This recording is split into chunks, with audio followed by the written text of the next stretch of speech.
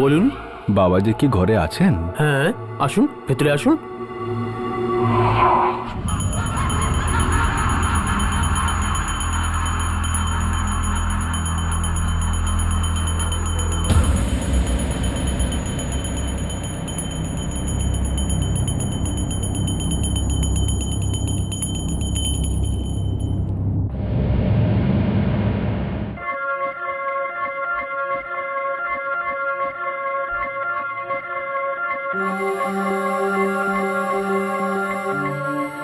তুই পুরোপুরি সুস্থ হয়ে যাবি, আর সেই সময় খুব তাড়াতাড়ি আসছে।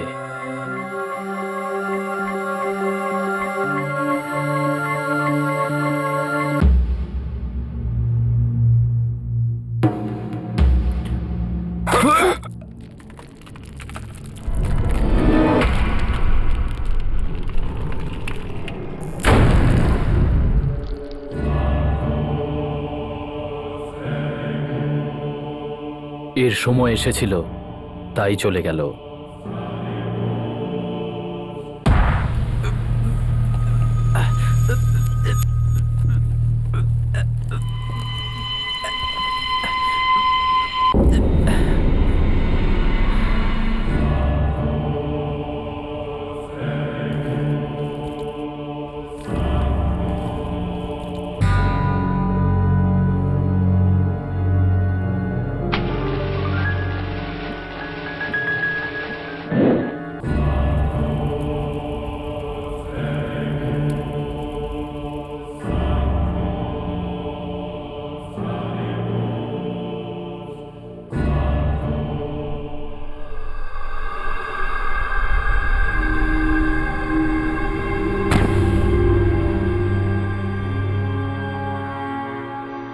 এক নিরপরাধীকে অকারণে হত্যা করা হলো, আর এই অপরাধের সমস্ত চিহ্ন জ্বালিয়ে পুড়িয়ে সাফ করে দেওয়া হয়।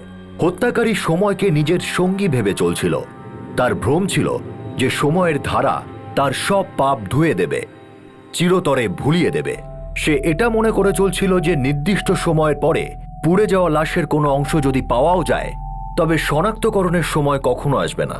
কিন্তু সে সময় এলো, আর সেটা একটা ঘড়ির জন্যই সম্ভব হলো। আগে হ্যাঁ, নিপীড়িতের হাতের রিস্ট ওয়াচ এই মামলার একমাত্র সূত্র ছিল, যে আইনকে ইঙ্গিত দিচ্ছিল যে শিকারীকে আর শিকারকে।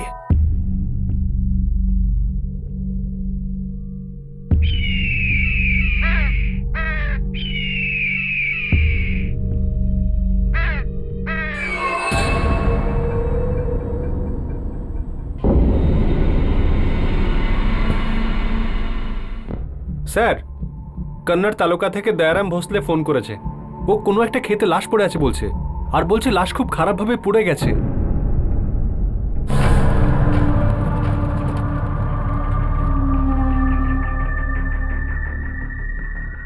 এই চলো, সরে যাও, সরে যাও।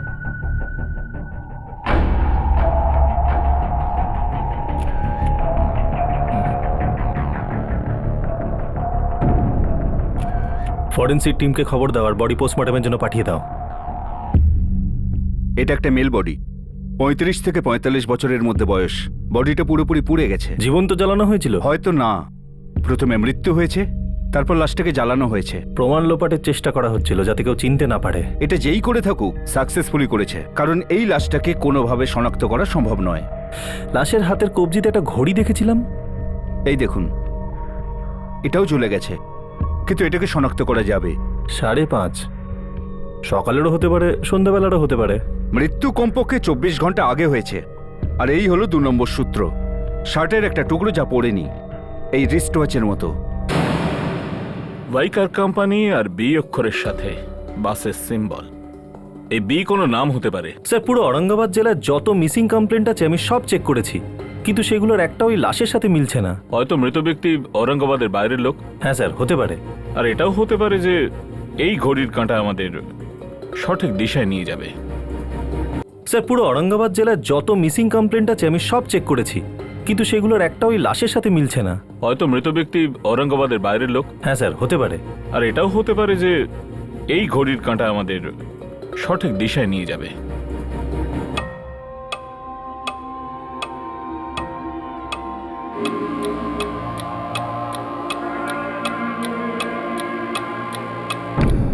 স্যার ভাইকার কোম্পানি এটা তো স্যার পুনের কোম্পানি, আর আমার ডিলার ওখান থেকে ঘড়ি টড়ি নেয় আর কি, কিন্তু স্যার খুব বেশি না, অল্প। এই ঘড়িটার পেছনে বি লেখা আছে আর একটা বাসের চিহ্ন আছে। সব কটা ঘড়ির পেছনেই কি এরকম চিহ্ন থাকে? এক মিনিট স্যার।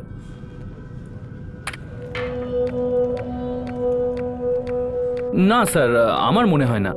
হ্যাঁ, আপনি ভাইকার কোম্পানির লোকজনকে জিজ্ঞেস করলে হয়তো ওরা বলতে পারবে। কোথায় এদের অফিস? স্যার এদের ফ্যাক্টরি কাত্রেজ এমআইডিসির কোথাও একটা আছে।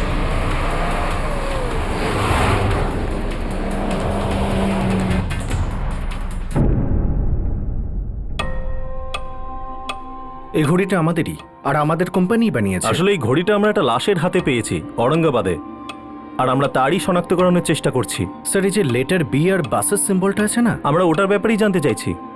স্যার সাধারণত এরকম মার্কিং আমরা করি না, এটা কোনো স্পেশাল অর্ডার, মানে কেউ বিশেষ অর্ডার দিয়ে বানিয়েছে এটা। সে কে? পুনেতে আমাদের মার্কেটিং সেল রয়েছে, আশা করি ওখান থেকে আপনারা জানতে পারবেন।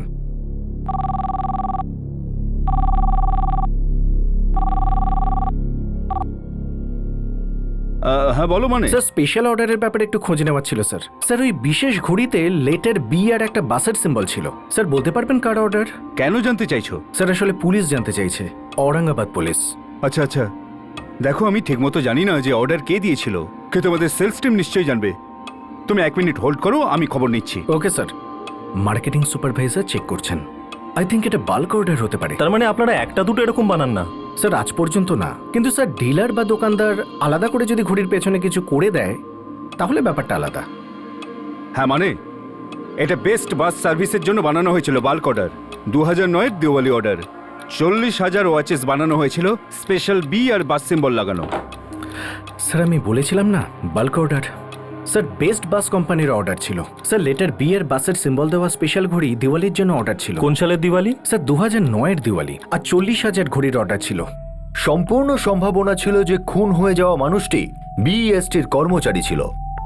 বিইএসটি মুম্বাইয়ের পাবলিক ট্রান্সপোর্ট কোম্পানি, যারা প্রায় 4,680টি বাস চালায়। বিইএসটির প্রায় 38,000 কর্মচারীর ওয়ার্কফোর্স আছে। খড়ের গাদায় সূচ খোঁজার মতো ব্যাপার ছিল, আর সূত্র দুটি সূচওয়ালা একটা ঘড়ি।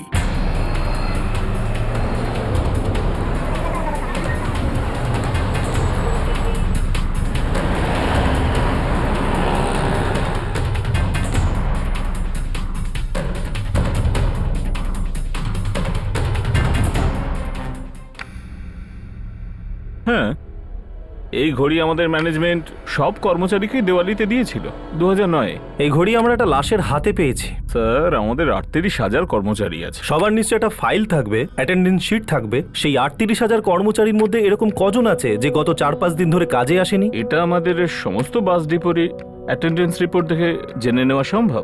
দেখুন, আপনি সব ডিপোগুলোতে ইনফর্ম করুন। দেখুন, আমাদের হিসেবে 14ই জুলাই খুন হয়েছে, 15 তারিখ আমরা লাশ পেয়েছি, আর আজ হলো 19 জুলাই। তাই 14ই জুলাই থেকে আজ পর্যন্ত যারা সবাই কাজে আসেনি, আমার তাদের নামের লিস্ট চাই। এই লিস্ট আসতে কিন্তু একটু সময় লাগবে। আমরা অপেক্ষা করব। এত দূর যখন এসেছি, খালি হাতে ফিরে যাব না। একটা লাশ পেয়েছে ঔরঙ্গাবাদ পুলিশ। কবজিতে বেস থেকে পাওয়া দিওয়ালির ঘড়ি আছে। 14 জুলাই থেকে কোনো স্টাফ মিসিং? না সাহেব, আমাদের ডিপোতে তো কেউ নেই। আমাদের ডিপোতে তো কেউ নেই স্যার, সবাই রিপোর্টিংয়ে আছে স্যার। আর যারা ছুটিতে আছে তাদেরকেও চেক করা হয়েছে, সবাই আছে স্যার। 14 জুলাই? হ্যাঁ 14 জুলাই থেকে এক ড্রাইভার কাজে আসেনি। আচ্ছা, ড্রাইভার ছুটিতে ছিল, তারপর ডিউটিতে আসেনি, মিসিং রয়েছে? হ্যাঁ হ্যাঁ বোরকার স্যার। ওই ড্রাইভারের নাম সুদর্শন কামলে। 13 তারিখ তো ওর উইকলি অফ ছিল। 14 তারিখে একটা সিএল নিয়েছিল, তবে 15 তারিখ ওর কাজে আসার কথা ছিল, কিন্তু আসেনি। হয়তো অসুস্থ আছে, ছুটি নিয়েছে। আরে না না বোরকার স্যার, 17 জুলাইতে ওনার স্ত্রী পারেল পুলিশ স্টেশনে ওর মিসিং এর কমপ্লেন করতে গিয়েছিলেন। সুদর্শন কামলে, বয়স 35 বছর, পারেল বাস ডিপো। ধন্যবাদ আপনাকে। সুদর্শন কামলে, বয়স 35 বছর, পারেল বাস ডিপো। ধন্যবাদ আপনাকে।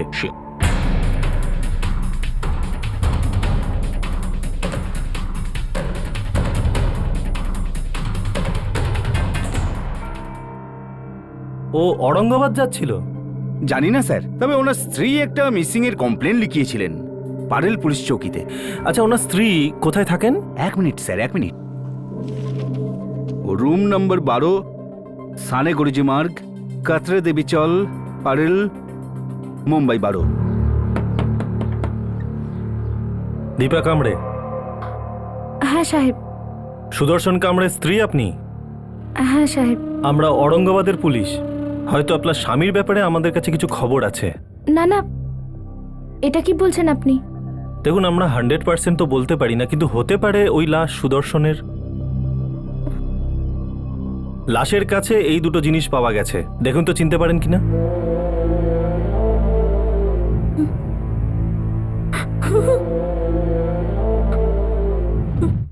কাল সকালের মধ্যে পাক্কা চলে আসবে তো? হ্যাঁ, শুধু টাকা দেব আর তারপর তাড়াতাড়ি চলে আসবো। আমি একটা কথা বুঝতে পারি না, যে তুমি মানি অর্ডার বা অন্য কিছু করে দাও না কেন ওই মহিলাকে? প্রতিবার সঙ্গম নিতে তোমার যাওয়ার কি দরকার? আরে যদি পারতাম আমি তাই করতাম, কিন্তু কি করে বলো, আমার এখন ওখানে যাওয়াটা খুব দরকারি। কোর্ট তো এখন রায় দেয়নি না, আমি কম দিতে চাইছি, আরও বেশি চাইছে। একবার কোর্টের ফয়সালাটা চলে আসুক, তাহলে প্রতি মাসে ওখানে যাওয়াটা একেবারে বন্ধ। দাও। সাবধানে যেও, ভালোভাবে ফিরে এসো। তুমি ঘাবড়িও না, আমি একদম সুস্থ অবস্থায় বাড়ি ফিরবো। তার মানে আপনার স্বামী সুদর্শন সঙ্গম নির গেছিলেন।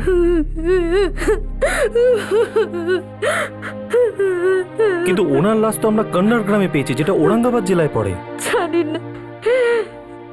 জানি না ওখানে কেন গেছিল। সুদর্শন সঙ্গম নির কেন গেছিলেন? ওকে প্রতি মাসে ওখানে যেতে হতো, ওর প্রথম স্ত্রী ওখানে থাকে, ওর প্রতি মাসের খরচ ওকেই দিতে হতো। ডাইনিও কে নিয়েছে ওকে?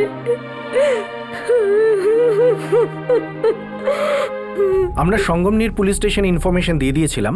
ওরা সুদর্শনের প্রথম স্ত্রীকে জিজ্ঞাসাবাদ করেছে। কি বলেছে? বলেছিল মেনটেন্যান্সের জন্য টাকা দিতে এসেছে আর চলে গেছে, কিন্তু তারপরে ও কোথায় গেছে, কি হয়েছে সেটা জানে না। আপনারা সুদর্শন কামড়ের ফোন রেকর্ড চেক করেছেন? ওর সেল 14 জুলাই থেকে অফ আছে। এই হলো ওর সেল রেকর্ডস, যেখানে শেষ কথা হয়েছে এই পিসিও নাম্বার থেকে। এই পিসিও কাছেই, একদম পাশে। আচ্ছা, সুদর্শন কামড়ে তো প্যাডেল ডিপোতেই কাজ করে না? হ্যাঁ, আমরা প্যাডেল ডিপোতেও গিয়েছিলাম জিজ্ঞাসাবাদ করতে। হতে পারে কোনো রকমের শত্রুতা আছে, কিন্তু এরকম কোনো ব্যাপারই নয়। বুঝতে পারছি না এই ঔরঙ্গাবাদ কি করতে গেছিল। প্রথমে তো আমাদের মনে হয়েছিল ঔরঙ্গাবাদে কোনো অ্যাফেয়ার আছে বোধহয়। ওর ফোনের লাস্ট লোকেশন কন্নড় গ্রাম। আমরা ওখানেও গিয়েছিলাম, ওখানেও কিছু পাওয়া যায়নি। ওর স্ত্রী দীপা, ও তাকে ফোন করেনি? না, দীপার কাছে কোনো সেলই নেই। ও আমাদের বলেছে যে ও বেশ কয়েকবার এসটিডি বুথ থেকে ফোন করার চেষ্টা করেছে, কিন্তু প্রত্যেকবারই সুদর্শনের ফোন সুইচ অফ। তার মানে সুদর্শনকে শেষবারের মতো তার প্রথম স্ত্রী দেখে। হ্যাঁ, কাদম্বরী নাম ওর। কাদম্বরী। ওর সাথে কথা বলতে হবে, আবার ওর কাছ থেকেই সবটা শুনতে হবে।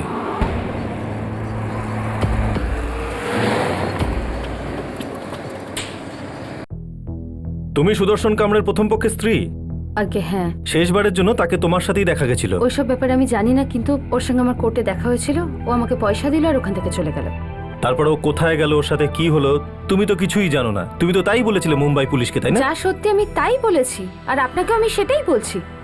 সুদর্শন আর আমার ডিভোর্স হয়েছে 4 বছর হয়ে গেল। প্রত্যেক মাসে একবার ওর সঙ্গে আমার দেখা হয়, কিন্তু সেটা শুধুমাত্র পয়সার জন্য। ও ঔরঙ্গাবাদ কেন যাবে? আমি ঠিক জানি না, আপনি গিয়ে ওই অঙ্কিতাকে জিজ্ঞেস করুন না। অঙ্কিতা? এই অঙ্কিতা আবার কে?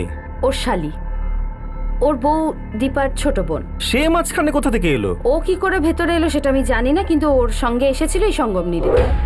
বারবার গুনছো কেন তুমি? 3000ই আছে, রেখে দাও। কারোর ওপরই তো ভরসা করা যায় না, তাই জন্য। যদি 2000 নিতে না, তাহলে আমাকে বারবার এখানে আসতে হতো না, আর আসা যাওয়ার খরচটা তো রয়েছে। এই 3000 টাকাও এখন কম পড়ে যায় এই বাজার দরে। আর তুমি আমার ওপর কোনো দয়া করছো না। মেয়েটাকে আমি বড় করছি, আর কিছুদিনের মধ্যে ওর বিয়েটাও দিতে হবে। মাসে তো 15,000 টাকা রোজগার করো, আর 1,000-1,000-এর জন্য এই অবস্থা তোমার? তাহলে আমার কাছে কত আসে কেটে কুটে? সব মিলিয়ে 12,000 হয় না। আর মুম্বাইতে থাকার খরচ কত তা তো জানো। সে তো আমি জানি, আর মাতালরা কি মিথ্যে কথা বলে সেটাও আমি জানি। বাজে বকে খালি। কাদম্বরী, তুমি কিন্তু বেশি কথা বলছো। বেকার ঝগড়া করে কি হবে, চলো যাই। ওরা দুজন একসাথেই এসেছিল, আর কোর্ট থেকে একসাথেই বেরোলো। দুজন একসাথে কেন এসেছিল আমি সেটা জানি না, আর ওখান থেকে কোথায় গেছে তাও জানি না। আচ্ছা, এই সুদর্শন আর ওর শালী অঙ্কিতা, এদের মধ্যে কিছু চলছিল নাকি? কুকুরের লেজ কিন্তু কখনো সোজা হয় না স্যার। যখন আমি আর ওর স্বামী স্ত্রী ছিলাম, তখন ওর চক্কর দীপার সাথে চলছিল। ওর এখনকার বউ অঙ্কিতার বোন। দীপা তাহলে ওদের সম্পর্কের ব্যাপারটা জানতে পারে। জিজ্ঞেস করে দেখে নিন। আসলে মেয়ে মানুষরা সবই জেনে যায়, গন্ধ পায় যায়। হ্যাঁ, আমার বোন অঙ্কিতা গেছিল ওর সাথে। কেন? ওর একা ওখানে যাওয়াটা আমি পছন্দ করতাম না। তাহলে তুমি কেন যাওনি ওর সাথে? আমি এখানে তোড়জোড় করছিলাম। কি ব্যাপারে? আমার বোন অঙ্কিতার বিয়ের 16ই জুলাই ওর বিয়ের অনুষ্ঠান ছিল। তুমি তোড়জোড় করছিলে তোমার বোনের বিয়ের, আর তোমার বোন অঙ্কিতা চলে গেল তোমার বরের সাথে? অদ্ভুত লাগছে না? অদ্ভুত কেন? বিয়ের কি হলো? বিয়ে তো হয়েছে, 16 তারিখে হবার ছিল, 16 তারিখেই হলো। কি? একদিকে তোমার স্বামী নিরুদ্দেশ আর অন্যদিকে তোমার বোনের বিয়ে হচ্ছে, যেন কোনো কিছুই ঘটেনি। বিয়ের সময় তো আমরা জানতাম না যে ও নিখোঁজ। আমরা ভেবেছিলাম সঙ্গম নিরেই রয়ে গেছে 2-4 দিনের জন্য। দিবে, আমি তোমার বোন অঙ্কিতার সাথে কথা বলতে চাই এখনই। স্যার, এই সুদর্শনের বউ দীপা একটু বেশি সাদাসিধে মনে হচ্ছে না? ওর ঠিক পেছনে এই অঙ্কিতার সাথে সুদর্শনের একটা অ্যাফেয়ার চলছিল মনে হয়। তাহলে এই অঙ্কিতা সুদর্শনের মার্ডার কেন করবে? ওর বিয়ে হওয়ার কথা ছিল না স্যার, হয়তো এর জন্য। 14ই জুলাই তুমি ফিরে আসলে আর 16ই জুলাই তোমার বিয়ে হয়ে গেল।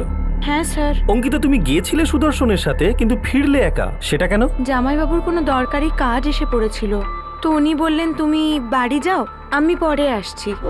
জামাইবাবু, তুমি ঠিক 15-র মধ্যে চলে আসবে তো? মনে আছে না 16 তারিখ কি?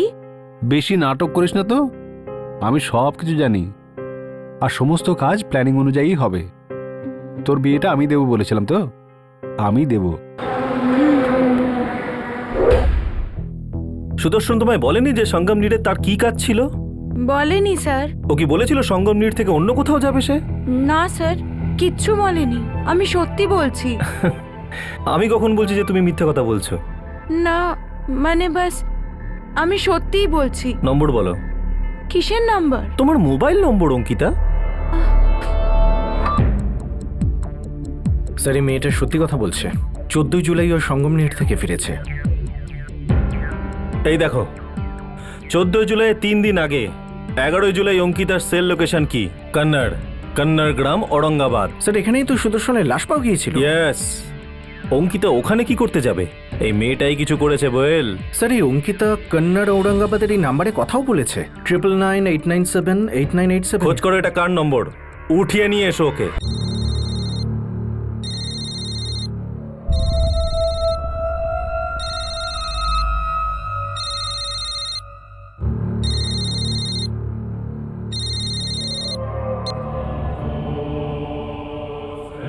হ্যালো।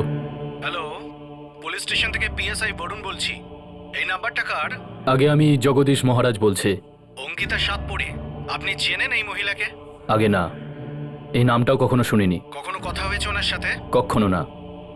একদম ঠিকঠাক বলছেন তো? হ্যাঁ হ্যাঁ, পাক্কা। ঠিক আছে।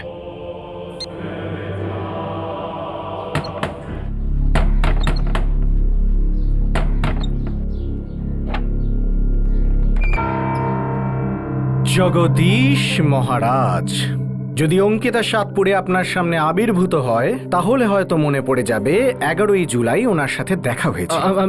আমি ওই কেন দেখা করেছিলেন সেটা তো অঙ্কিতাই বলবে।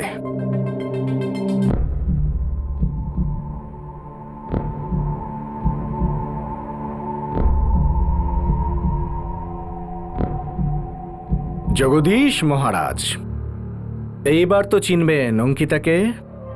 কে ইনি? ভক্ত আমার। হুম, অনেক ভক্তই দেখা করতে আসে, ফোনও করে। সবার নাম কি এইভাবে মনে রাখা যায়? মুম্বাই বেস্টের কর্মচারী সুদর্শন কামড়ে, সেও কি তোমার ভক্তই ছিল?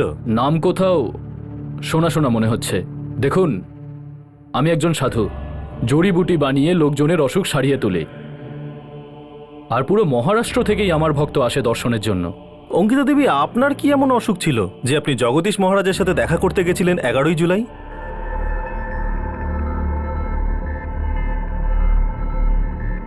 সুদর্শনের ফোনের শেষ লোকেশন কন্নড় গ্রাম, ঔরঙ্গাবাদ।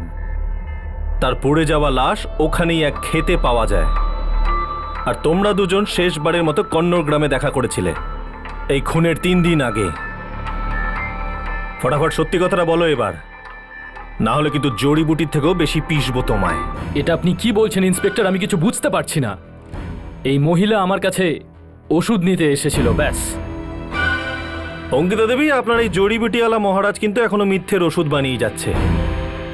সত্যি কথাটা বললে কিন্তু সবারই ভালো হবে।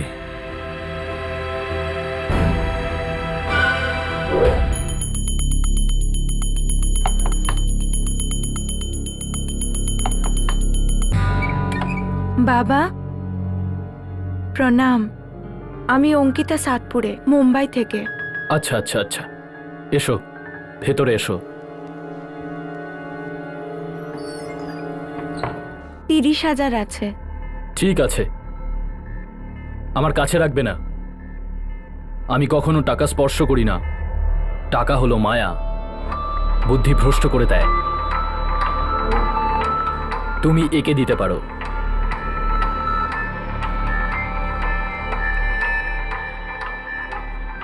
আমি এবার আসি বাবা। নিশ্চিন্তে থাকো, তোমার জামাইবাবুর সব রোগ শেষ করে দেওয়া হবে।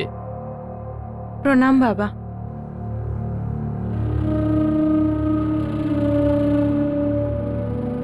এই ভণ্ড সাধুকে তুমি নিয়োগ করেছিলে 30,000 টাকা দিয়ে তোমার জামাইবাবুকে মেরে ফেলার জন্য। কেন করলে এইসব? নিজের হবু স্বামীর কাছে অ্যাফেয়ার লোকাতে চেয়েছিলে, যা কিনা তোমার আর তোমার জামাইবাবু সুদর্শন কামড়ের ভেতরে চলছিল। এটা মিথ্যে কথা, আমার জামাইবাবুর সাথে কোনো অ্যাফেয়ার ছিল না। তাহলে কি এমন ছিল যে তুমি তাকে জানে মেরে দিলে? আমি জানতাম না উনি খুন হয়ে যাবেন, আমি তো শুধু পয়সা দিতে গিয়েছিলাম। কে পাঠিয়েছিল তোমায় পয়সা দিয়ে? এই টাকাগুলো বাবাজিকে দিয়ে দিস অঙ্কিতা। কেন দিদি? অঙ্কিতা, তোর জামাইবাবুর শরীর খুব খারাপ, মদের নেশা বেড়েই চলেছে। কিন্তু দিদি, 30,000 টাকার ট্রিটমেন্ট, কেমন ট্রিটমেন্ট এটা? আর দিদি এতগুলো পয়সা এলো কোথার থেকে? আমি আমার সোনার চেনটা বিক্রি করেছি তোর জামাইবাবুর ভালোর জন্য। এবার সুদর্শনকে মদ ছাড়তেই হবে, তাহলে জীবনটাই শেষ হয়ে যাবে ওর।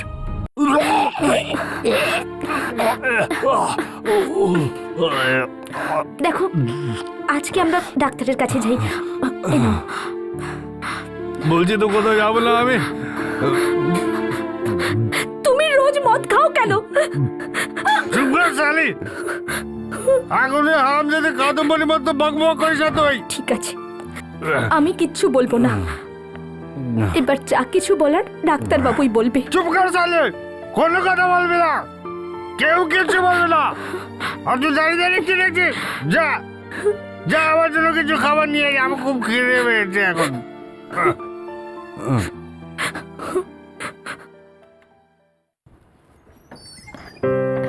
আরে এসে গেছো তুমি? সুদর্শন, আমি না সবিতা দিদির সঙ্গে কথা বলেছি। কোন সবিতা মাসি? ওই দিদি যে আমাদের পাশের বাড়িতে থাকে। আচ্ছা আচ্ছা, হ্যাঁ হ্যাঁ হ্যাঁ, আমি চিনি ওনাকে। কি নিয়ে কথা হয়েছে? তোমার অসুখের ব্যাপারে। উনি বলেছেন যে তোমার লিভারের প্রবলেমটা বাবাজি ঠিক করতে পারে। দীপা, তোমায় কতবার বলেছি আমি, এসব বাবাটা আমার চক্করে তুমি পড়ো না, খুব ফালতু এইসব লোক। ইনি শুধুমাত্র এইসব রোগই সারান সুদর্শন। ঔরঙ্গাবাদের কন্নড় গ্রামেতে ওনার আশ্রম। ব্যাস একবার চেষ্টা করে দেখি না। আমি আমি তোমার সামনে হাত জোড় করছি সুদর্শন। আচ্ছা আচ্ছা, যাও যাও, আমি ভেবে চিন্তে দেখছি। পরে ভেবে দেখার মতো তোমার অবস্থান নয় সুদর্শন। আমি তোমার পায়ে পড়ছি, একবার দেখা করো ওই বাবাজির সাথে। আচ্ছা ঠিক আছে, যাও এখন অল্প কিছু খাবার নিয়ে এসো।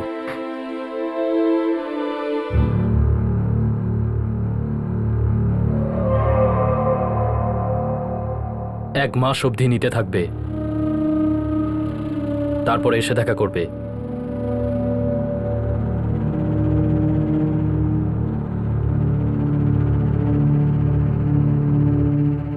আমাকে তো দিদি শুধু এইটুকু বলেছিল যে টাকাটা জামাইবাবু ট্রিটমেন্টের জন্য, ওনাকে পুরোপুরি ঠিক করার জন্যে। এ ভণ্ড বাবা, হ্যাঁ তুই লোকদের যে বোগাস ওষুধ দিস না, তার সমস্ত লিস্ট আছে আমার কাছে। চল এবার সত্যি কথাটা বল, সুদর্শন কামড়েকে কেন খুন করেছিলি? ওর স্ত্রী তোর কাছে চিকিৎসার জন্য পয়সা পাঠিয়েছিল আর তুই ওকে দুনিয়া থেকেই দূরে করে দিলি। আবে সালে, এবার এক সেকেন্ডও তুই চুপ থাকলে না তোর এই বদন তোর হাতে দিয়ে দেবো আর তোর হাত অন্য কোথাও। দুনিয়ার কোনো জড়িবুটিও তোকে ঠিক করতে পারবে না, বুঝেছিস? বল।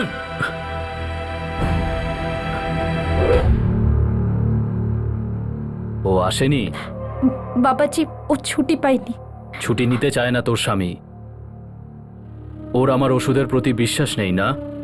আমি কি করব বাবাজি, ও তো মদ ছাড়তেই চায় না, শুধুই নেশা করে। আমার কোনো কথাই শোনে না ও বাবাজি। মন খারাপ করিস না।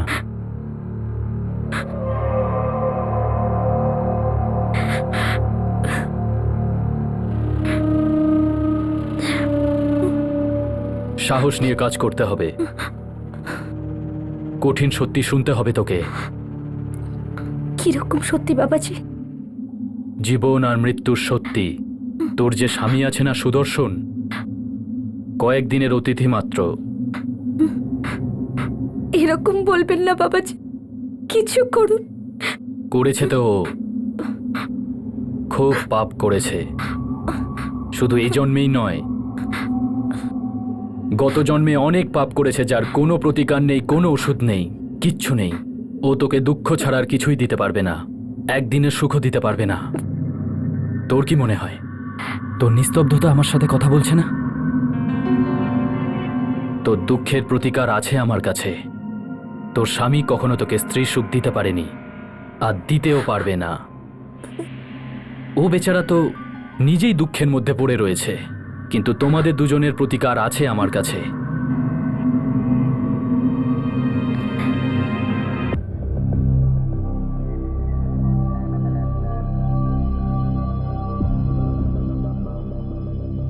একটা পাষণ্ড, জঘন্য, চরিত্রহীন লোককে তুমি বেঁচেছিলে তোমার স্বামীর চিকিৎসা করার জন্য। কি চিকিৎসাই না করেছে! আরে পয়সা নিয়ে তোমার স্বামীকে প্রাণে মেরে ফেলেছে। এত বোকা তুমি কি করে হলে? এ ঢং করছে, আপনাদেরকে বোকা বানাচ্ছে। আসলে এ সবকিছুই জানতো। এ টাকা ওষুধের জন্য নয়, খুন করার জন্য পাঠিয়েছিল।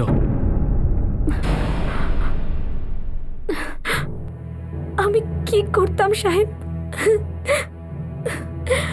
সুদর্শন তো আরো বেশি মদ খেতে শুরু করে, রোজ একটু একটু করে মরছিল। বাবাজি বলল যে ওকে একবারেই মেরে ফেলি, তারপর আমরা দুজন বিয়ে করব, আমাদের নতুন জীবন শুরু করব। মানে তুমি প্রথম থেকেই জানতে যে তোমার স্বামী আর বেঁচে নেই? বাবাজি, আপনি কি সুদর্শন? মেরে ফেলেছি ওকে, প্রাণে মেরে ফেলেছি। আর এমন ভাবে মেরেছি যে ওর লাশ কেউ কখনো চিনতেই পারবে না। এবারে আমরা এক হতেই পারি। এখন আমাদের আর লুকিয়ে দেখা করার প্রয়োজন নেই। কয়েকদিন চুপ করে থাকো, তারপর লোকাল পুলিশ স্টেশনে গিয়ে নিজের স্বামীর নিখোঁজ হয়ে যাওয়ার ব্যাপারে একটা ডায়েরি লিখে দিও। পুলিশ কখনোই লাশ খুঁজে পাবে না, এটা আমার গ্যারান্টি। আর লাশ যদি পায়ও, তাহলে 2 আর 2 4 করতে পারবে না। হ্যাঁ বাবাজি। এখন আর তুমি আমায় শুধু শুধু বাবা বলে ডেকো না। আমি তোমার জন্য শুধুই জগদীশ।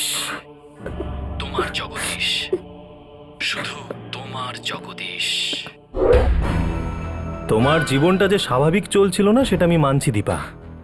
একজন মাতাল স্বামী কে চায় বলো? হয়তো ও বেশি দিন বেঁচেও থাকতো না, কিন্তু তোমরা দুজন তো নেশায় বুঁদ হয়েছিলে না। ঠান্ডা মাথায় তোমরা একজন মানুষকে খুন করেছ, আর এটা একটা জঘন্য অপরাধী নয়, একটা নিকৃষ্টতম কাজ। আর দীপা, তুমি এই ফ্রডের কথায় কি করে ভুলে গেলে? এই জঘন্য লোকটার সাথে শারীরিক সম্পর্ক কি করে করলে? একটু লজ্জা করলো না তোমার? আর আপনি জগদীশ মহারাজ, এবার আপনি সমস্ত চিন্তা ছেড়ে দিন, কারণ এখন আপনার চিকিৎসা আইন করবে 14 বছর ধরে। নিয়ে যাও এদের।